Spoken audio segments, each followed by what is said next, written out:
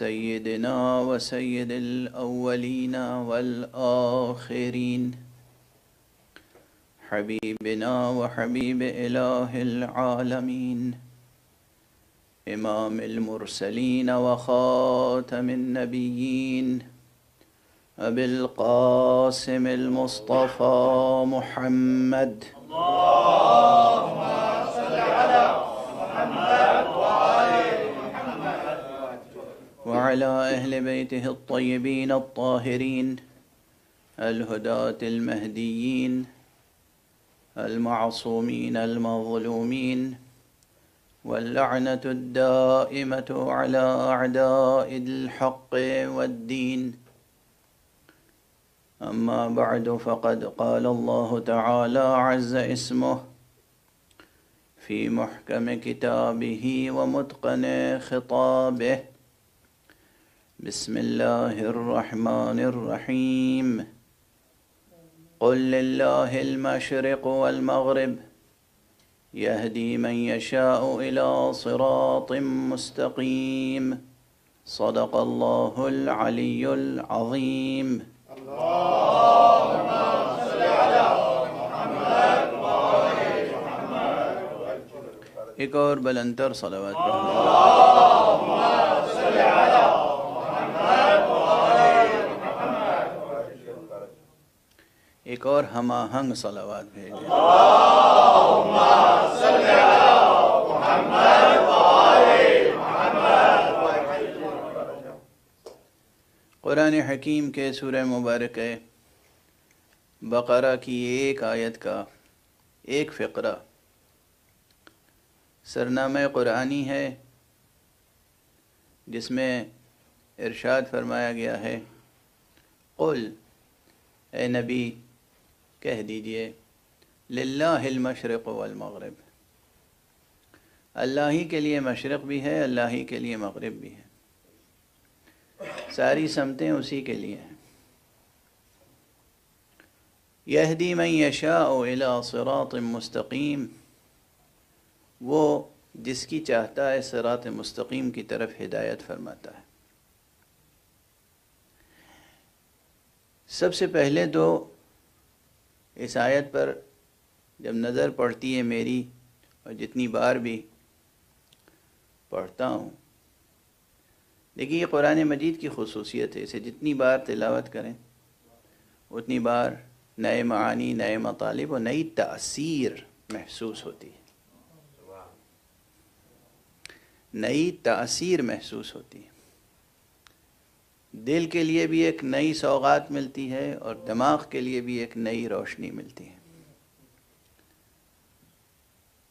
تو جیسے ہی یہ بات سامنے آتی ہے کہ قُلْ لِلَّهِ الْمَشْرِقُ وَالْمَغْرِبُ، کہہ دیجئے اللہ ہی کے لیے مشرق بھی ہے مغرب بھی، تو میرے اندر سے کم وہ تعصب ختم ہو جاتا ہے جو مشرق و مغرب کے درمیان پایا جاتا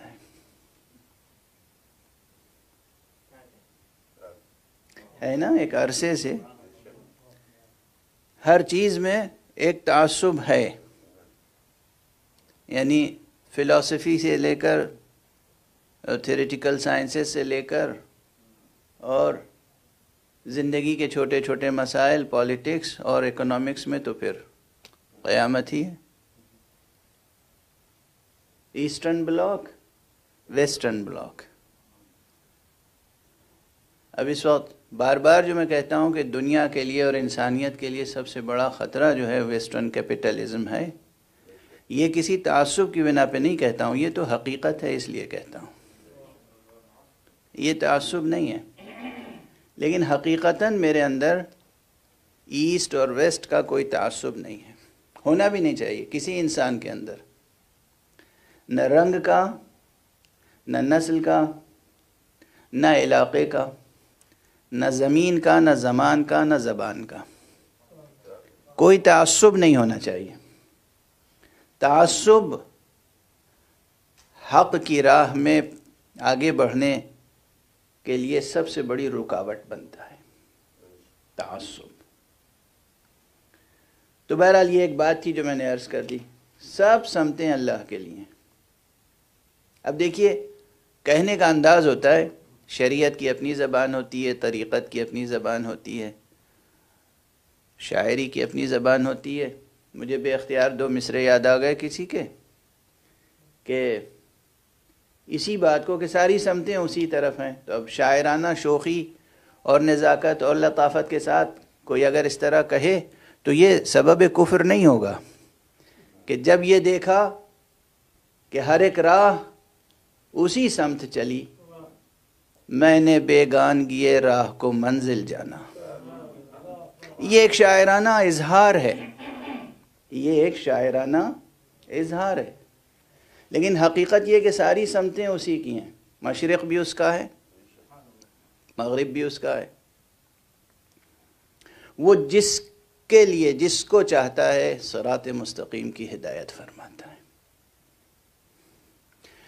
اس آیت کے ضمن میں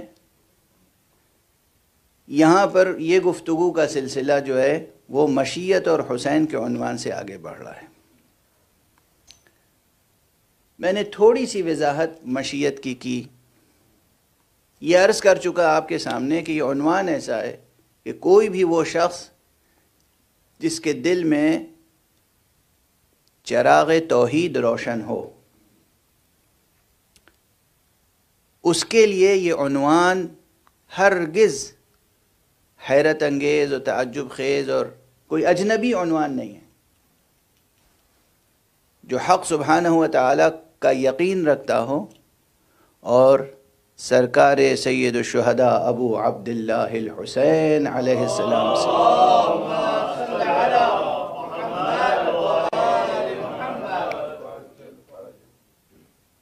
واقف ہو، تھوڑی بہت بھی واقفیت اگر ہے اس کی حسین سے، اور اس کے پاس تصور حق بھی ہے، تو پھر یہ عنوان اس کے لیے بالکل صاف شفاف عنوان ہے۔ البتہ اس کی تہداری، اس کے ابعاد اتنے ہیں، اس کے جہات و جوانب اتنے ہیں، اس موضوع کے ڈائمنشنز اتنے ہیں کہ اس کا احاطہ کوئی نہیں کر سکتا، 10 دن کی تقریروں میں نہیں۔ یہ تو روایات میں موجود ہے کہ مشیت اور قضاء اور قدر کا موضوع وہ ہے کہ جس کے اوپر غور نہ کرو۔ اب آپ کہیں گے کہ جب روایت میں ہے کہ غور نہ کرو تو پھر آپ غور کرنے پہ مجبور کیوں کر رہے ہیں؟ شاید یہ بھی مشیت کا تقاضا ہے۔ میں عرض کر چکا ہوں نا، کبھی کبھی کسی کی چیز کے لیے کہا جاتا ہے نہ کرو، مگر مرضی ہوتی ہے کہ کرو۔ حضرت آدم سے کہا تھا کہ دیکھو اس درخت کا پھل نہ کھانا، مشیت میں تھا کہ کھاؤ اور جاؤ، آگے بڑھو، جرأت دکھاؤ، ہمت دکھاؤ، اس دنیا کو آباد کرو۔ یا جناب ابراہیم سے کہا گیا تھا کہ آپ ذبح کریں، مشیت میں تھا کہ ذبح نہ ہو۔ تو یہ مشیت کا موضوع ہے پیچیدہ اور تہدار۔ ہاں، اتنا نہ ڈوبیں اس موضوع میں کہ اس طرح الجھ جائیں کہ نعوذ باللہ کفر تک پہنچ جائیں۔ بس وہاں تک آگے بڑھتے رہیں جہاں تک سرمایہ یقین محفوظ رہے۔ ایک صلوات پڑھ دیجئے محمد۔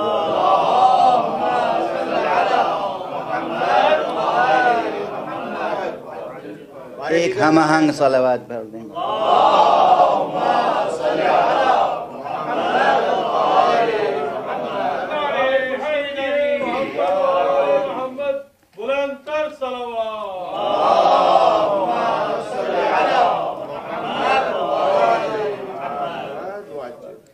تو یہ ہے موضوع اہم، ضروری، مشکل، پیچیدہ۔ یہ موضوع کبھی حل نہیں ہو سکتا، مگر اس موضوع سے دستبردار بھی نہیں ہو سکتے، کیونکہ قرآن مجید میں بار بار یہ لفظ آئے ہیں، آیتیں آئی ہیں، تو ان آیتوں کا ترجمہ کیا جائے یا نہ کیا جائے، اس مضمون پہ کچھ غور کیا جائے یا نہ کیا جائے۔ تو یہی ہے کہ حد وسط، وہاں تک غور کیجئے جہاں تک سرمایہ یقین محفوظ رہے۔ اب یہاں پر ایک نقطے کی طرف اور توجہ دلا دوں، اور اسے مکرر عرض کروں گا دوبارہ بھی عرض کروں گا ذرا تفصیل سے. یہ یاد رکھیے، قرآن مجید تلاوت کیجئے بسم اللہ سے والناس تک، قرأت کیجئے، تلاوت کیجئے، حفظ کیجئے، تجوید کیجئے، مگر یہ سمجھ کے نہ پڑھیے کہ بسم اللہ سے والناس تک اس کی ایک ایک آیت اور ایک ایک حرف آپ کی سمجھ میں آ جائے گا. جتنا سمجھ میں آ جائے اس پہ عمل کیجئے، جتنا سمجھ میں نہ آئے اس پر یقین کیجئے.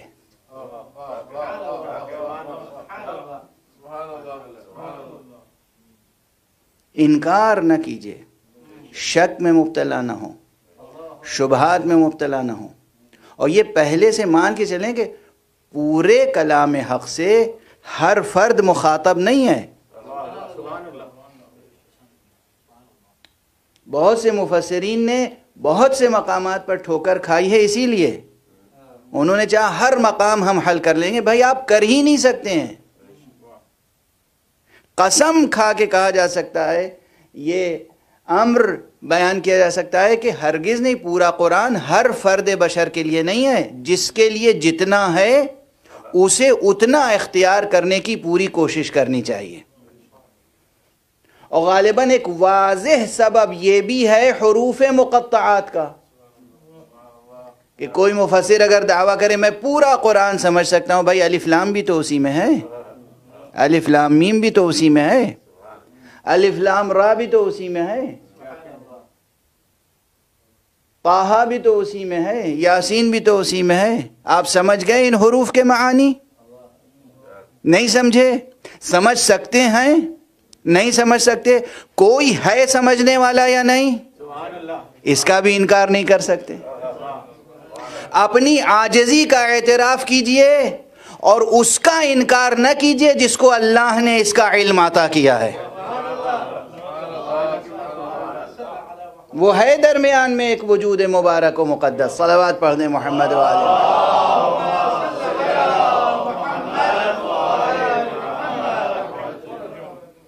تو پورا قرآن یہ ہر ایک سے خطاب نہیں ہے، یہ ذہن میں رہے. یہ مقدمہ پھر بعد میں اور ذرا تفصیل سے عرض کروں گا.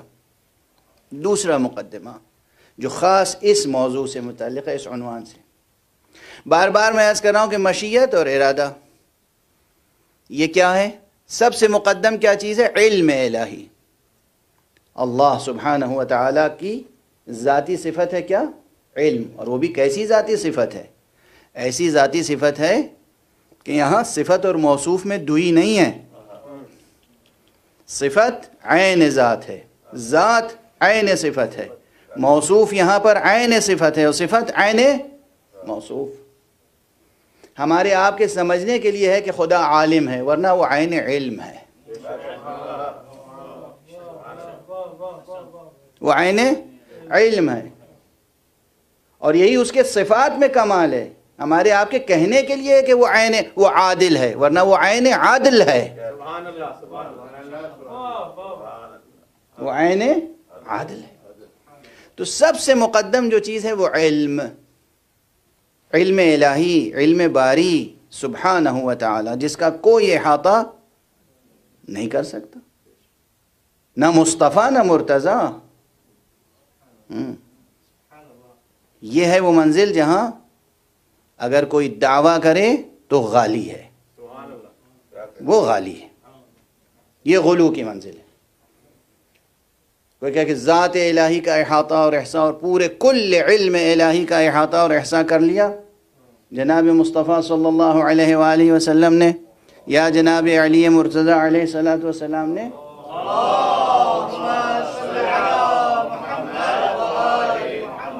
یہ غلو ہے، یہ غلو ہے. یہ ممکن نہیں ہے، یہ ممکن نہیں ہے. اس لیے ممکن نہیں کہ وہ خالق ہے بہرحال اور یہ مخلوق ہے.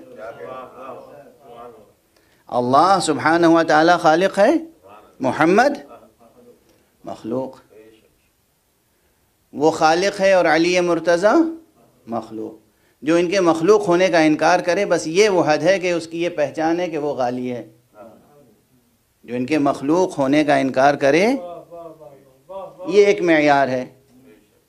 اور جو کہے یہ مخلوق ہیں مگر اللہ نے ان کی ذات میں ایسی وسعت عطا کی ہے کہ ہمیں تو نامتناہی نظر آتے ہیں.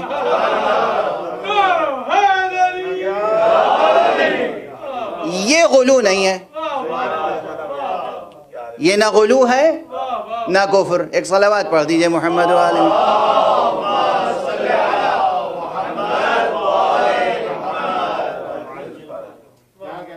جناب سرکار رسالت مآب صلی اللہ علیہ وآلہ وسلم.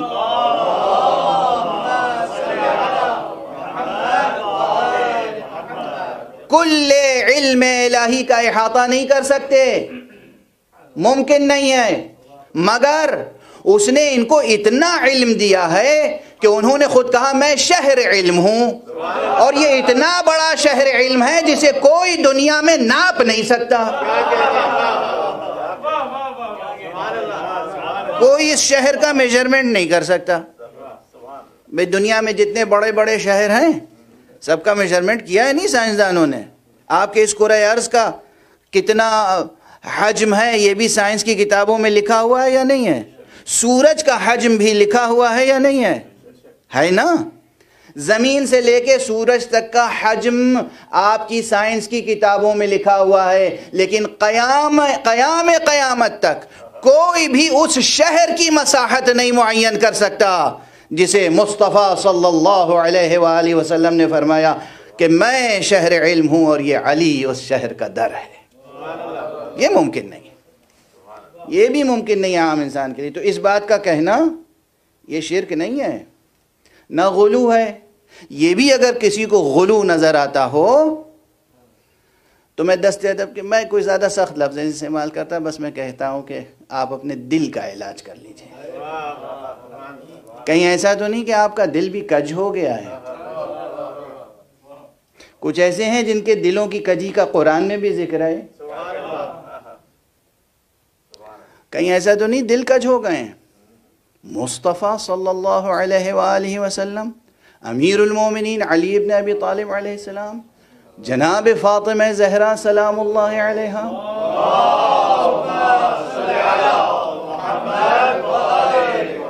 حضرات حسنین اور ان کی ذریت سے ہونے والے معصوم ائمہ اطہار، ان کی شخصیتوں کو عام انسانوں پر قیاس نہ فرمائیں. تو بہرحال ایک ہے علم کی منزل، علم الہی. اس کے بعد آتی ہے، اب بہت سی چیزیں چھوڑ کر کہہ رہا ہوں، اس کے بعد آتی ہے مشیت، اس کے بعد آتا ہے ارادہ، اور اس کے بعد ہیں یہ ظاہری اوامر تشریعی، اقیم الصلاۃ، آتوا الزکوٰۃ. یہ 4 منزلیں فی الحال اس فقیر سے سن لیجئے. باقی موشگافیاں اور ہیں جو دوسروں نے اصطلاحیں مقرر کی ہیں، وہ بھی میرے پیش نظر ہے. اس موضوع کے تعلق سے میں یہ گزارش کر رہا ہوں. تو اوپر ہے علم، اس کے بعد درمیان میں 2 چیزیں ہیں، ایک مشیت ایک ارادہ. یہ مشیت اور ارادے میں فرق کیوں ہے؟ ایک بات عرض کروں، یاد رکھیے گا. ایک ہے منصوبہ الہی، خدا عالم ہے، قادر ہے، حکیم ہے اور مرید ہے. یہ بحث اس کے اسم مبارک مرید سے بھی جڑی ہوئی ہے. یہ مشیت کی بحث، مشیت اور ارادے کی بحث، حق سبحانہ و تعالیٰ کی صفات میں سے ایک صفت کیا ہے؟ مرید. وہ مرید ہے. جب آپ کہتے ہیں وہ مرید ہے، علم کلام میں کہتے ہیں وہ مرید ہے، تو اس سے مراد کیا ہے؟ ہمارے اور آپ کی طرح وہ ارادہ رکھتا ہے؟ یہ ڈیفینیشن نہیں ہے. حق سبحانہ و تعالیٰ کے صفات میں مرید کا ذکر صرف یہ بتانے کے لیے ہے کہ وہ مختار ہے.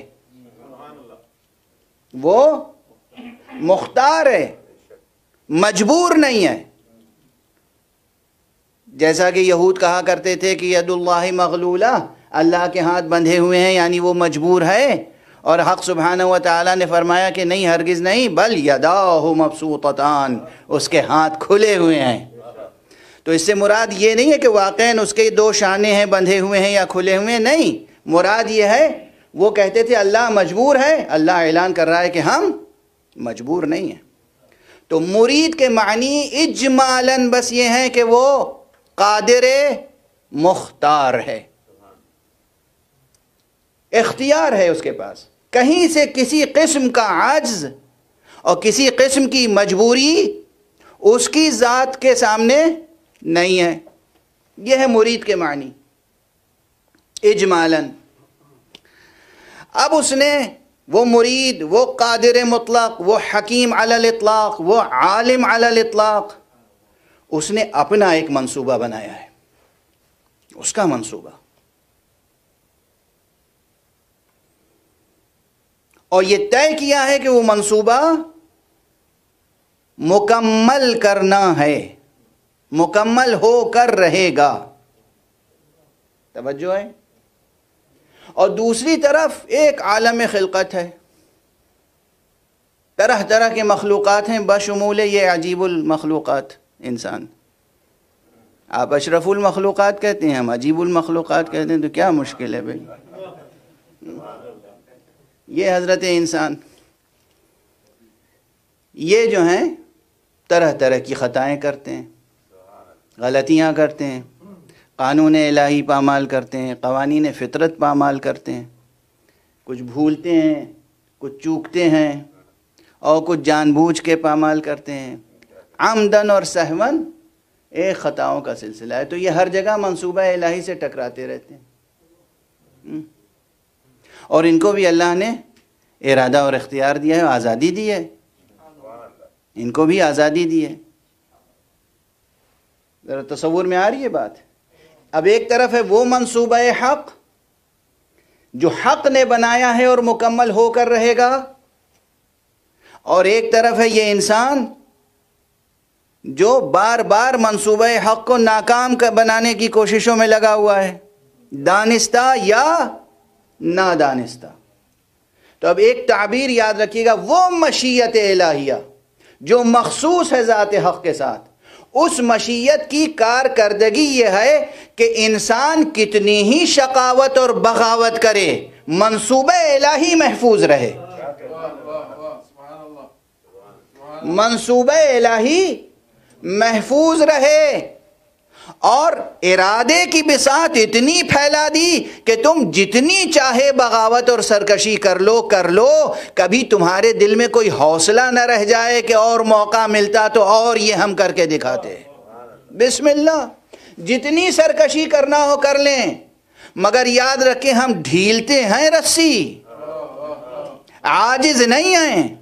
جب ہم انتقام لیں گے تو وہ انتقام بہت سخت ہوگا، اور تمہاری کسی بھی سرکشی اور بغاوت سے ہمارا منصوبہ ناکام ہونے والا نہیں ہے۔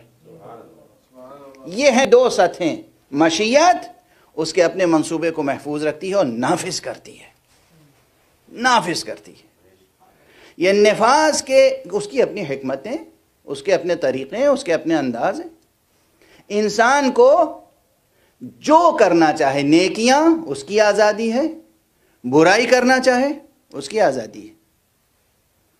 ڈھیلتا رہتا ہے رسی، ظالم کی رسی دراز ہے۔ اور اس کی مثالیں کہ جہاں مشیت اپنا کام کرتی ہے اور انسانی سرکشی اپنا کام کرتی ہے، مثالیں قرآن مجید میں بہت سی مثالیں ہیں، تاریخ میں بہت سی مثالیں ہیں۔ انسان جب سرکشی کرتا ہے تو نمرود بنتا ہے، نمرود کی سرکشی آگ جلاتی ہے، منجنیق بناتی ہے۔ ابراہیم علی نبینا علیہ وعلی نبینا الصلاۃ والسلام، ابراہیم کے لیے چاہتی ہے کہ وہ اس آگ میں جل کر راکھ ہو جائیں۔ اللہ کی مشیت اپنے منصوبے کو جب مکمل کرتی ہے تو انسان، سرکش انسان کی بھڑکائی ہوئی آگ، جلائی ہوئی آگ گل و گلزار بن جاتی ہے، ابراہیم محفوظ رہ جاتے ہیں۔ کس کا منصوبہ کامیاب ہوا اور کس کا ناکام؟ انسان کو اس کی سرکشی کی راہ میں کہیں نہیں روکا۔ اللہ اکبر۔ انسان کو کتنا اختیار دیا حق نے؟ اب سمجھ میں آ رہی اس بحث کی افادیت؟ زندگی سے جڑی ہوئی ہے، اعتقاد سے جڑی ہوئی ہے، تزکیہ عمل کے لیے ضروری ہے۔ کہ جب بھی کوئی سرکشی کا جذبہ دل میں پیدا ہو، ذہن میں پیدا ہو، تو یہ سوچ لیں کہ ہم کچھ بھی سرکشی کر لیں، حق کا منصوبہ نافذ ہو کر رہے گا۔ اللہ کا منصوبہ ہر حال میں نافذ ہو کر رہے گا۔ تو نمرود کو پوری آزادی دی، اقتدار، آزادی، وسائل، یعنی ان لکڑیوں کو ایسا بنا دیتا کہ جلتی ہی نہیں، نہیں، لکڑیاں بھی جل رہی ہیں، شعلے بھی بھڑک رہے ہیں، کہیں کوئی رکاوٹ، یعنی کوئی جبر نہیں ہے انسان کے سامنے۔ انسان اپنی پوری طاقتوں کے ساتھ سرکشی کر لے، پھر بھی حق کا کوئی منصوبہ ناکام نہیں ہو سکتا۔ حق اپنے منصوبے کو اپنی خاص مشیت سے محفوظ رکھتا ہے، اور اپنے دامن، ارادے کے دامن کو اتنا وسیع کر رکھا ہے کہ انسان جس قدر چاہے طغیانیاں کر لے، سرکشی کر لے۔ ایک صلوات پڑھ دیجئے محمد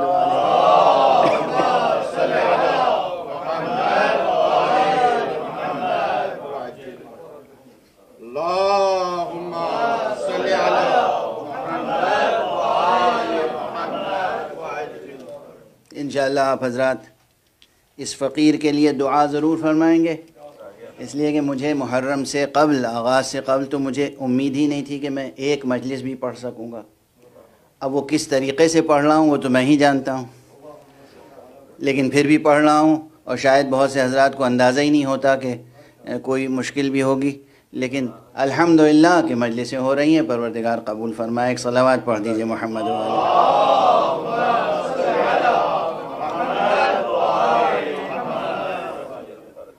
بس وہ ساری طاقت سمیٹ کے ممبر پہ آتا ہوں، اور ممبر سے اترا وہ طاقت بھی رخصت ہو جاتی ہے۔ قبلہ کی صحت و سلامتی کے لیے بلند ترین صلوات۔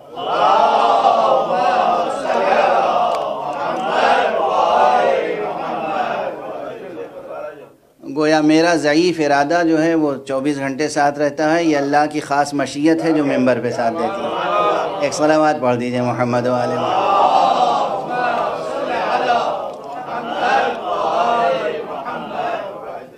تو یہ مثال اگر یاد رہے، حضرت ابراہیم ابو الانبیاء، حضرت ابراہیم علیہ وعلی نبینا الصلاۃ والسلام، ان کی حیات طیبہ میں، ان کی زندگی میں، ان کی تاریخ میں، ان کی سیرت میں بہت سی باتیں ہیں جو قابل غور ہیں۔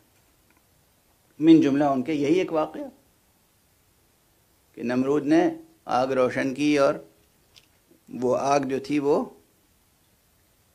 حق سبحانہ و تعالیٰ کے اس ارشاد سے یا نار کونی برداً و سلاما، وہ گل و گلزار ہو گئی۔ یہ غیر معمولی واقعہ ہے، لیکن عقل انسانی کے لیے، ذہن انسانی کے لیے، انسانی فکر کے لیے رہنما ہے۔ تم کچھ بھی کر لو، تمہاری جلائی ہوئی آگ سے اللہ کا کوئی منصوبہ ناکام نہیں ہونے والا ہے۔ اور پھر مستقبل کے لیے بھی اعلان فرما دیا ہے۔ اب اس وقت دیکھیے بہت سے حضرات جو دنیا میں حادثات ہو رہے ہیں، وہ حادثات دیکھ کر، سن کر کبھی پشمردہ ہو جاتے ہیں، کبھی زبان پر کلمہ کفر آ جاتا ہے، کبھی انکار کرنے لگتے ہیں، اور کبھی گلا شکوہ اس انداز سے کرتے ہیں جو حد ادب سے گزر جاتا ہے کہ ایک وعدہ حق الہی ہے، وہ کب پورا ہوگا آخر؟ ایک وعدہ کیا ہے ہم سے ہمارے نبی صلی اللہ علیہ وآلہ وسلم نے،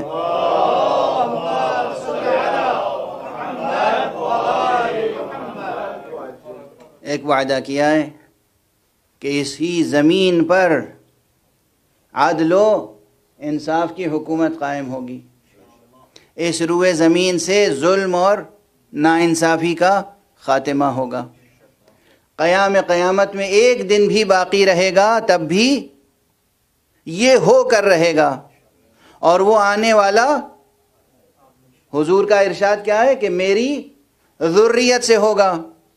اب بہت سے حضرات شکوک و شبہات میں مبتلا ہیں، اتنا زمانہ گزر گیا، اتنے حادثے ہو رہے ہیں، اتنی قیامتیں آ رہی ہیں، دنیا والوں نے ایٹم بم کا تجربہ بھی کر لیا، ہیروشیما اور ناگاساکی پہ کیا قیامتیں گزر گئیں۔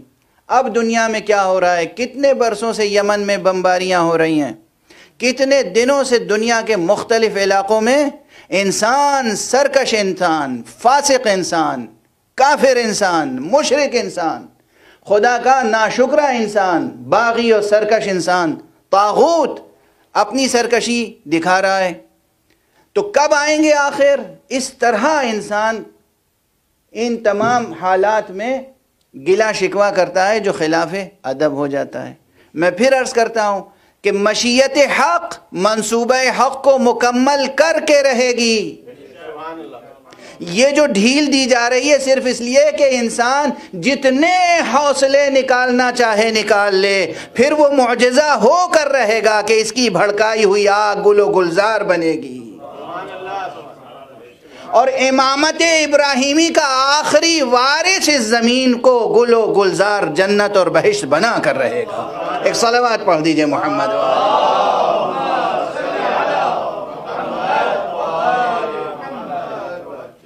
یہی بات قرآن مجید کی اس آیت میں بھی کہی گئی جو غالباً سورہ مبارکہ صف میں ہے، یریدون لیطفئوا نور اللہ بافواہہم واللہ متم نورہ ولو کرہ الکافرون۔ دوسرے مقام پر مشرکون بھی ہے، غالباً سورہ صف میں کافرون ہے۔ تو دو مقامات پر یہ اعلان ہوا کہ لوگ یہ چاہتے ہیں، یریدون لیطفئوا نور اللہ بافواہہم، لوگ یہ چاہتے ہیں کہ اللہ کا نور اپنی پھونکوں سے بجھا دیں، وہ شمع ہدایت اپنی پھونکوں سے بجھا دیں۔ واللہ متم نورہ، اور اللہ اپنے نور کو تمام و کمال درجے تک پہنچا کر رہے گا، چاہے کافر کتنی ہی کراہت کیوں نہ رکھتے ہوں۔ غور فرمائیں آپ، کتنی ہی مزاحمت ہو کفر کی طرف سے، کتنی ہی مزاحمت ہو فسق کی طرف سے، کتنی ہی مزاحمت ہو آج کی مغربی سرمایہ داری کی طرف سے، کتنی ہی مزاحمت ہو دنیا کی سپر پاورز کی طرف سے، کتنی ہی مزاحمت ہو دنیا کے تمام سرکش مل کر، ایک نمرود نہیں، جتنے نمرود ممکن ہیں نسل قابیل میں پیدا ہونے والے،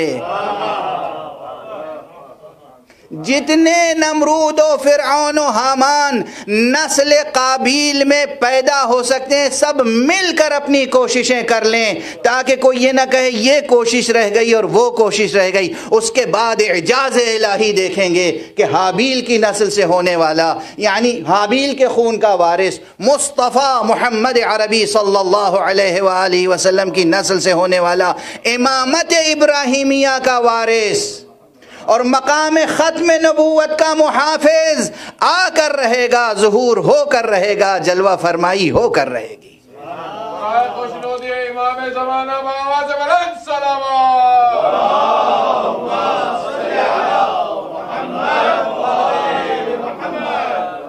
یہ ممکن نہیں ہے کہ اس کا منصوبہ ناکام ہو جائے۔ یہی ہے مشیت اور ارادے کا فاصلہ۔ اس کی مشیت نافذ ہو کر رہے گی، اس کا منصوبہ، اس کی مشیت مکمل کر کے رہے گی، اور اسلوب الگ الگ ہوتے ہیں، انداز الگ الگ ہوتے ہیں۔ حکمت اللہ سبحانہ و تعالیٰ کی بہت نامتناہی اور تہدار ہے، اس کے ابعاد، جہات، جوانب اس کا احاطہ کوئی نہیں کر سکتا۔ کرنے کی کوشش کرے گا تو ناکام ہوگا، اسی لیے منع کیا گیا ہے بس کہ بھئی اتنی کوشش نہ کرو جو تمہاری بساط سے بڑھ کر ہو۔ انسان کے ذہن کی ایک سکت ہے اور انسان کے دل کی ایک قوت ہے، جہاں تک تمہارے دل کی قوت ساتھ دے، جہاں تک تمہارا ذہن ساتھ دے، بس اتنا کام کرو، اس سے زیادہ نہ کرو، ایسا نہ ہو اپنی ہی آگ میں جل کر راکھ ہو جاؤ۔ تو میرا خیال ہے کہ کوئی ایک جہت ضرور روشن ہوئی ہوگی اب تک اس موضوع کی، مشیت اور حسین۔ حسین کا ریفرنس اسی لیے ہے کہ حسین علامت ہے مشیت کی اس قوت کی جہاں طاغوت وقت کچھ بھی کر لے، ہدایت کا چراغ گل نہیں ہوتا۔ کچھ بھی کر لے، کچھ بھی کر لے، کچھ بھی کر لے۔ یہاں پر ٹھہر کر دو ایک باتیں عرض کروں، چونکہ ماہ محرم ہے، اور اب یہ تو ہم جس سطح سے گفتگو کر رہے ہیں تو بعض جو اہل ذوق ہیں وہ تو سمجھ رہے ہیں، لیکن سامعین کی تعداد جو ہے وہ چونکہ بہت زیادہ ہے، ہر سطح کے لوگ سن رہے ہیں، تو ہو سکتا ہے بعض حضرات کے لیے بہت سے مضامین اور اشارے نامفہوم ہوں۔ حسین کون ہے؟ ابو عبداللہ الحسین، سرکار سید الشہداء، فاطمہ کے بیٹے، علی ابن ابی طالب کے فرزند، رسول اللہ کے نواسے۔ لیکن کون نواسے؟ رسول اللہ صلی اللہ علیہ وسلم۔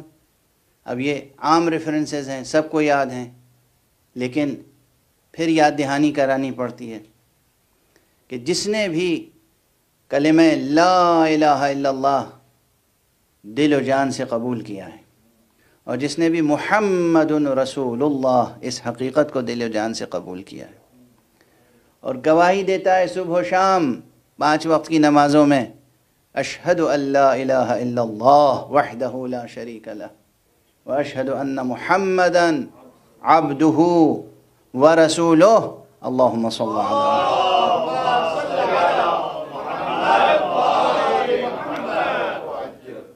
اس کے لیے یہ جاننا لازم ہے، اس وقت تک اس کا ایمان مکمل نہیں ہو سکتا جب تک حسین کی معرفت حاصل نہ ہو جائے۔ اس کا یہ قول معتبر نہیں، قبول نہیں ہوگا اس سے، اس کا یہ کہنا اشہد ان محمد رسول اللہ مقبول بارگاہ رسول خدا نہیں ہے جب تک کہ معرفت حسین نہ ہو اسے، اور اس منزلت پر کوئی اور ذات نہیں ہے سوائے ان ذوات مقدسہ کے، امیر المومنین علی ابن ابی طالب علیہ السلام، حضرت فاطمہ زہرا سلام اللہ علیہا، اور حضرت سید الشہداء امام حسین، اور سبط اکبر حضرت امام حسن مجتبی۔ یہ وہ ذوات مقدسہ ہیں جن کی معرفت کے بغیر ایمان معتبر نہیں ہے۔ بہت واضح انداز میں عرض کر رہا ہوں، اور یہ منزلت ان کے علاوہ کسی کو حاصل نہیں ہے۔ بس یہی فرق ہے اہل بیت میں اور ان کے علاوہ دوسرے افراد میں۔ یاد رکھیے گا، پوری ذمہ داری سے عرض کر رہا ہوں، کلمہ لا الہ الا اللہ اور محمد رسول اللہ اس وقت تک مقبول بارگاہ احدیت اور مقبول بارگاہ ختم نبوت نہیں ہوگا جب تک کہ ان حضرات کی معرفت بھی ساتھ میں نہ ہو۔ اور بچوں کے لیے ایک مثال دے دوں، بچوں کے لیے، بس واقعی بچوں کے لیے، یا ان کے لیے جن کا ذہن اتنا بچکانا ہے۔ کوئی دستاویز ہو آپ کے پاس، اس دستاویز کے نیچے مہریں لگی ہوتی ہیں، اور اہم دستاویز ہوتی ہے کوئی تو اس کے نیچے زیادہ مہریں ہوتی ہیں۔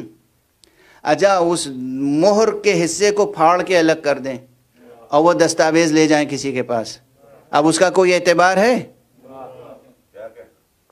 نہیں ہے نا۔ تو کلمہ لا الہ الا اللہ یا اشہد ان لا الہ الا اللہ، اشہد ان محمد رسول اللہ، یہ ایک بیان ہے، یہ ایک بیان ہے، یہ ایک اعتراف نامہ ہے۔ اس اعتراف نامے کے نیچے مہریں کون سی ہونی چاہیے؟ کون سی مہریں ہونی چاہیے؟ وہی مہریں ہونی چاہیے جن کو رسول اللہ نے کہا یہ مجھ سے ہیں میں ان سے ہوں، یہ مجھ سے ہیں میں ان سے ہوں، وہی مہریں ہونی چاہیے۔ اسی لیے میں عرض کرتا ہوں کہ مقام ختم نبوت کے محافظ ہیں اہل بیت اطہار، جن کے لیے پیغمبر اکرم صلی اللہ علیہ وآلہ وسلم نے فرمایا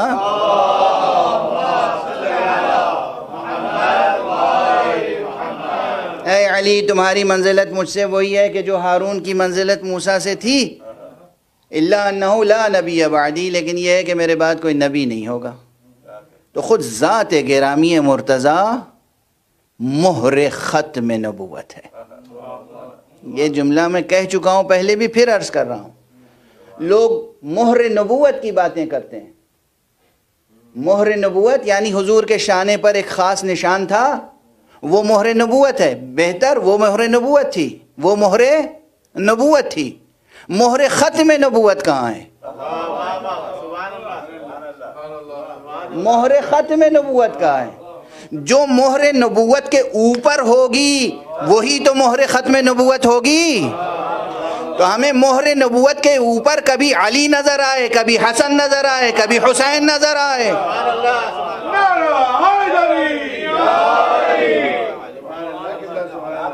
بھئی ایک خطیبانہ اسلوب ہے، لیکن حقیقتیں تو یہی ہیں۔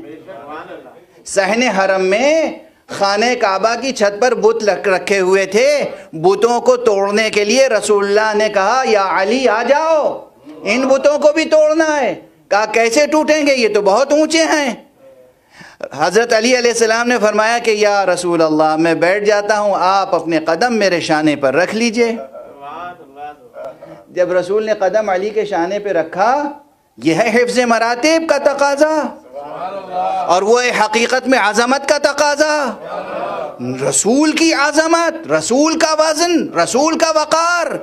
جب آپ نے قدم رکھا، کہا علی اٹھا سکتے ہو؟ کہا یا رسول اللہ ہرگز نہیں، مجھ سے آپ کا وزن نہیں اٹھ سکتا۔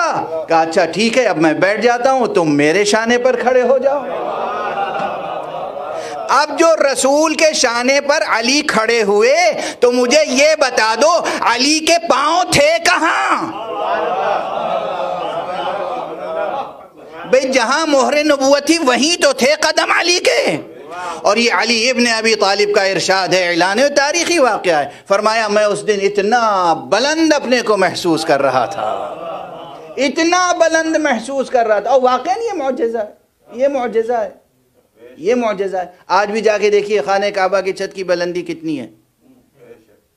کیا دو انسان پہنچ سکتے ہیں چھت تک؟ نہیں پہنچ سکتے نا۔ تو تھا تو معجزہ، پھر بھی ظاہری اسباب بھی تھے، معجزہ بھی تھا۔ ظاہری اسباب بھی تھے، معجزہ کا معجزہ تھا، اور تاریخی واقعے کا تاریخی واقعہ تھا۔ اب یہاں پر ٹھہر کے ایک جملہ کہہ دوں، یہ پھر مکرر عرض کروں گا، معجزات کا انکار کبھی نہ کیجیے گا، لیکن ایک بات یاد رکھیے، نوٹ کر لیجئے اسے۔ اسلام، جوانان عزیز، ذہانتوں کو خطاب کر رہا ہوں، جوانان عزیز، جوان ذہانتیں یاد رکھیں، نوٹ کریں، کوٹ کریں، نقل کریں اس فقیر کی یہ بات۔ 21ویں صدی میں گفتگو ہو رہی ہے، نقل کریں یہ بات، محفوظ رکھیں یہ بات۔ اسلام کے لیے یہ کہا جاتا ہے نا کہ تلوار کے زور سے پھیلایا گیا۔ ایک جملہ بس یہاں درمیان میں آ گیا ذہن میں اور زبان پر، تو عرض کر کے آگے بڑھوں، اس کی تفصیل بعد میں عرض کروں گا کسی موقع پر۔ اسلام اس دنیا میں انسانوں کے درمیان نہ تلوار کے زور پر پھیلایا گیا، نہ اسلام اس دنیا میں عام انسانوں میں اعجاز کے زور پر پھیلایا گیا، نہ تلوار کے زور پر اور نہ معجزات دکھا کر پھیلایا گیا۔ اسلام پھیلا ہے عقل، منطق، علم اور کردار و سیرت کی روشنی میں۔ علم، منطق اور کردار و سیرت محمد و آل محمد۔ ایک صلوات پڑھ دیجئے محمد و آل محمد۔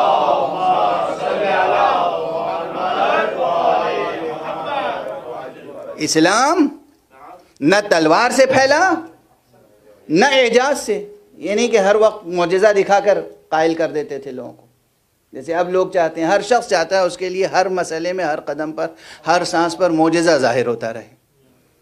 معجزہ نہیں ہوگا تو بس ہم نہیں مانیں گے۔ معجزہ کیوں نہیں ہوتا؟ تو معجزے دکھا کر اسلام نہیں پھیلایا گیا، تلوار کے زور پر بھی اسلام نہیں پھیلایا گیا۔ یہ دونوں جملے یاد رکھیے گا، نہ جہاد کا منکر ہوں نہ اعجاز کا۔ جہاد کا اپنا مقام ہے، اعجاز کا اپنا مقام ہے، لیکن عام انسانوں میں کرۂ ارض پر، معاشرہ انسانی میں اسلام نہ تلوار کے زور سے پھیلایا گیا نہ اعجاز کے زور سے پھیلایا گیا۔ اسلام پھیلا گیا عقل، منطق اور سیرت و کردار محمد و آل محمد کی روشنی۔ یہ 4 فقرے، یہ 2 سطریں محفوظ رکھیے گا، بہت سے مسائل حل ہوتے چلے جائیں گے. لیکن پلٹ کر وہاں پر آ جاؤں کہ حضور علیہ الصلاۃ والسلام صحن حرم میں ہیں اور علی ابن ابی طالب سے کہا اب تم میرے شانے پر آ جاؤ. تو یہ ظاہری اسباب فراہم کرنا ہوا، لیکن پھر بھی اس بلندی تک پہنچنا شان اعجاز سے خالی نہیں ہے. ظاہری اسباب اپنی جگہ اور شان اعجاز اپنی جگہ. بس جیسے ظاہری اسباب اور شان اعجاز اس واقعے میں ساتھ ساتھ نظر آ رہے ہیں، ایسے ہی اس دنیا میں ارادہ اور مشیت ساتھ ساتھ آگے بڑھ رہے ہیں. ایک صلوات پڑھ دیجئے محمد و آل محمد.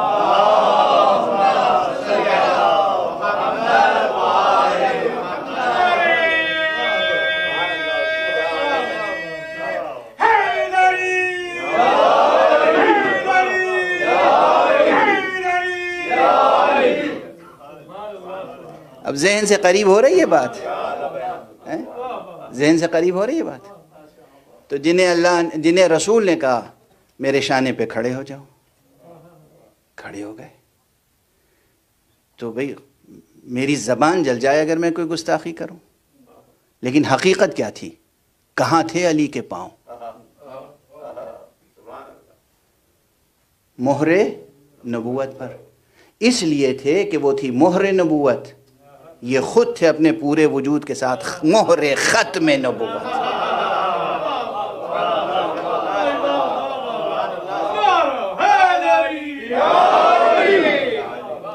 مہر ختم نبوت کے معنی یہ ہیں کہ خدا کی قسم اگر مصطفیٰ کو علی، زہرا، حسن اور حسین جیسی مہریں یعنی جیسے محافظین ختم نبوت نہ ملتے تو اس کے بعد نہ جانے دنیا کتنے جھوٹے نبی بنا چکی ہوتی. ایک طرف مصطفیٰ کی نبوت کا انکار ہو رہا ہوتا، دوسری طرف جھوٹے نبیوں کا سلسلہ چل رہا ہوتا. یہ ذوات مقدسہ ایسی ہیں، ان کے رہتے ہوئے نہ کسی جھوٹے نبی کا چراغ جل سکتا ہے، نہ نبی مصطفیٰ کا چراغ بجھ سکتا ہے.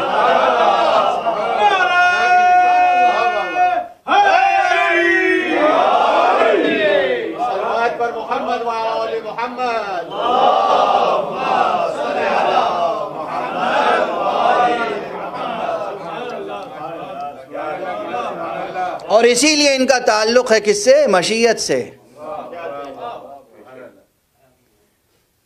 قابیل، نمرود، فرعون، حامان، شداد، باغی شام، طاغوت بنی امیہ، یہ سب انسانی سرکشی کی نشانیاں ہیں. حابیل، نوح، ابراہیم، موسیٰ، عیسیٰ، مصطفیٰ، علی، حسن، حسین، یہ مشیت حق کے منارے ہیں.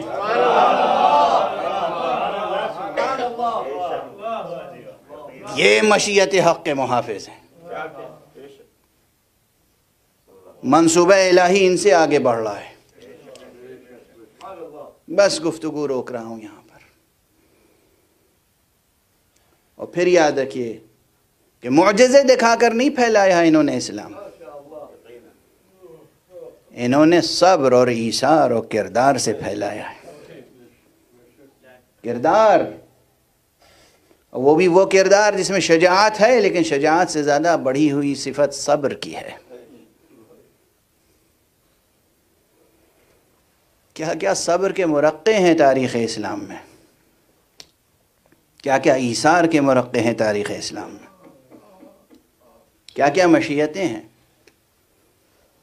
واقعاً حسین کا قتل کیا جانا سرزمین کربلا پر مشیت الہی سے متعلق تھا، ورنہ اگر معجزے سے کام لینا ہوتا تو پھر ممکن تھا کہ حسین اس مظلومیت کے ساتھ قتل ہو جائیں.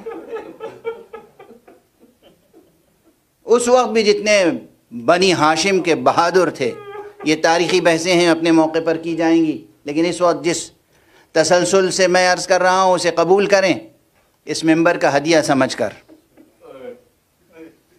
حضرت عبداللہ ابن جعفر طیار موجود ہیں، حضرت محمد حنفیہ موجود ہیں، بنی ہاشم میں اور بہت سے افراد موجود ہیں. اگر سب بنی ہاشم ہی جمع ہو کر کربلا میں آ جاتے تو منظر کچھ اور ہوتا. یہ سب مشیت کا مسئلہ ہے.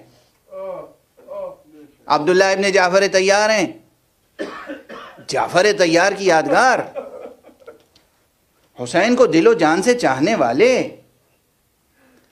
مگر اس وقت بیماری ایسی عارض ہو گئی اور آنکھوں میں ایک ایسی تکلیف پیدا ہو گئی کہ بظاہر سفر سے مجبور ہو گئے.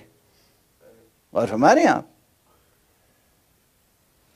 اور جب خود سفر سے مجبور ہو گئے، ظاہر امام تو نہیں تھے، حجت خدا تو نہیں تھے، ضرور سنا تھا رسول اللہ کا کلام، معلوم تھا انہیں بھی. کون نہیں جانتا تھا کہ سرکار سید الشہداء کس امر کے لیے خلق ہوئے ہیں؟ کون نہیں جانتا تھا؟ جانتے تھے کہ کربلا میں یہ شہید ہو کر رہیں گے، مگر وہ جو تقاضائے بشری تھا اور جو محبت کے تقاضے تھے، جو صلہ رحمی کے تقاضے تھے، تو آئے ابو عبداللہ حسین فرزند رسول خامس آل عبا ہیں آپ، اصحاب قصہ میں سے آپ آخری فرد ہیں.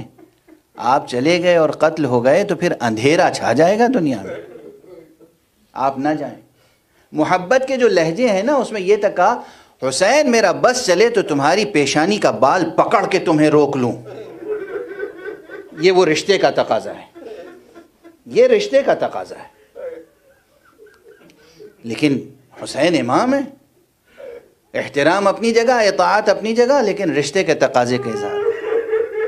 یہ سب کلمات تاریخ میں. مگر آقا حسین نے کہا مجھے جانا ہے. مدینے سے مکے آئے اور مکے سے جب روانہ ہوئے ہیں مکے سے آقا، تو بی بی جناب سیدہ زینب تو ساتھ تھیں، مگر جناب زینب کے بچے ساتھ نہیں تھے.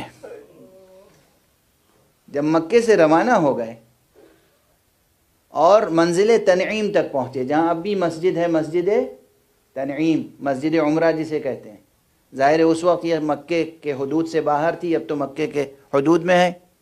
وہاں تک پہنچے اور پھر امام حسین نے دیکھا کہ عبداللہ ابن جعفر طیار پھر بے تابانہ چلے آ رہے ہیں پیچھے پیچھے، اور اب تنہا نہیں ہیں، ساتھ میں 2 بچوں کو لیے چلے آ رہے ہیں.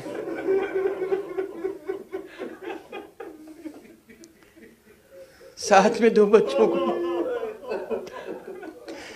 امام حسین نے قافلہ رکوایا، ٹھہرو، خود اترے اور حضرت عبداللہ ابن جعفر طیار سے گفتگو کی. حضرت عبداللہ ابن جعفر طیار نے پھر یہی کہا کہ میرا بس چلتا تو ہر قیمت پر آپ کو روک لیتا، مگر آپ جا رہے ہیں تو جائیں، یہ میری طرف سے 2 ہدیے لیتے چلیں.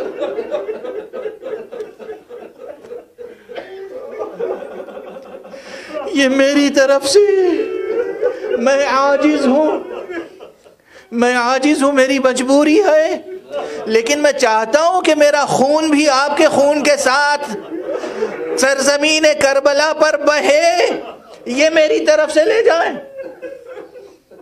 آقا حسین سے ملے، بی بی زینب سے ملے اور بچوں کو سپرد کیا. عون اور محمد، یہی عون و محمد ہیں جن کے آج آپ خصوصیت کے ساتھ ماتم کرتے ہیں. پروردگار آپ کی عزا کو قبول فرمائے. کربلا میں روز عاشورہ آ گیا تو جناب بی بی زینب نے اپنے بچوں سے بار بار پوچھا، ارے سب جا رہے ہیں شہید ہونے کے لیے، تم کیوں نہیں جا رہے ہو؟ بچوں نے کہا مادر گرامی بار بار گئے مگر مامو جان اجازت نہیں دے رہے ہیں. یقین فرمائیے ان بچوں کی کیا محبوبیت رہی ہوگی بیویوں کے درمیان، اہل حرم کے درمیان، اہل بیت کے درمیان. کس کے بچے ہیں، کس کی گود کے پالے ہیں، رگوں میں لہو کس کا ہے. ایک طرف جعفر طیار کی یادگار ہے، ایک طرف حیدر کرار کی یادگار ہے. ان کا علم، ان کا ایمان، ان کا کردار، ان کی معصومیت، ان کی شجاعت، ہر چیز معصوم نے گواہی دی ہے. زیارت ناحیہ میں جو معصوم نے زیارت کی ہے اور ان کے لیے سلام کہا ہے، اس میں ان بچوں کی عظمت کردار کا تذکرہ کیا ہے، عظمت علمی کا تذکرہ کیا ہے۔ جناب عون اور محمد، ہاں ہماری زبان میں بچے کہلاتے ہیں، لیکن یہ جوان تھے، نوجوان، نوخیز، قوی، شجاع، بہادر۔ جب بی بی سے کہا کہ ہم نے کئی بار درخواست کر لی مگر آقا اجازت نہیں دیتے، تو اب ظاہر ہے، کہتے ہیں کہ ایک مرتبہ جناب زینب نے اپنی مادر گرامی کی کنیز فضہ کو بلایا، فضہ ذرا میرا پیغام لے کے بھیا کے قریب جاؤ، بھیا سے کہو زینب آپ سے کوئی خاص بات کرنا چاہتی ہیں۔ فضہ گئیں، آقا حسین خیمے میں تشریف لائے۔ بہن زینب کیا بات ہے؟ جو بھی گفتگو ہوئی ہوگی، لیکن خلاصہ کلام جو ہم اپنی زبان میں ترجمانی کر سکتے ہیں، یقیناً بی بی نے یہی تو کہا ہوگا بھیا سب کی نظریں قبول ہو رہی ہیں، اس بہن کی نظر قبول نہیں ہو رہی ہے۔ آخر عبداللہ ابن جعفر طیار نے ان بچوں کو کس لیے ہمراہ کیا تھا؟ میں آخر قیامت میں مادر گرامی کو کیا منہ دکھاؤں گی؟ بھیا ان بچوں کا نذرانہ قبول کر لو، بھیا اجازت دے دو، یہ بھی میدان جنگ میں جائیں، یہ بھی داد جہاد دیں، یہ بھی اللہ کی راہ میں قربان ہو جائیں۔ حسین کی آنکھوں میں یقیناً آنسو آ گئے ہوں گے۔ حسین نے دونوں بھانجوں کو پیار کیا، سینے سے لپٹایا اور اس کے بعد اجازت دی، دونوں گئے۔ کہتے ہیں بے پناہ جنگ کی، بعض روایتوں میں یہی ہے کہ دونوں ساتھ ساتھ گئے، بعض روایتوں میں یہ پہلے ایک بھائی گیا بعد میں دوسرا بھائی گیا، لیکن بعد میں دونوں ساتھ ساتھ گئے، دونوں شہزادے، دونوں شہزوار، دونوں بہادر، دونوں باغ حیدر کرار اور جعفر طیار کے دونوں پھول ساتھ ساتھ گئے، لڑتے رہے۔ دشمنوں نے دیکھا اگر یہ دونوں بہادر ساتھ ساتھ لڑتے رہیں گے ہم ان پر غالب نہیں آ سکتے۔ حلقے بنا لیے، فوج کے ایک حلقے نے ایک بھائی کے گرد حلقہ کر لیا، دوسرے ٹکڑے نے دوسرے بھائی کے گرد حلقہ کیا۔ اب زیادہ دیر نہ لڑ سکے بچے، اور وہاں سے گھوڑے سے زمین پر آتے آتے آواز دی، یا ابا عبداللہ یا ابن رسول اللہ علیک منی السلام، فرزند رسول، امام خدا، ابو عبداللہ ہمارا آپ پر سلام ہو۔ ماموں نے بھانجوں کی آواز سنی، تیزی سے میدان کی طرف بڑھے، انا للہ و انا الیہ راجعون، وا عونا وا محمدا۔ جیسے ہی حسین نے کہا وا عونا، ویسے ہی خیام سے آواز بلند ہوئی، وا جعفرا وا علیہ وا محمدا۔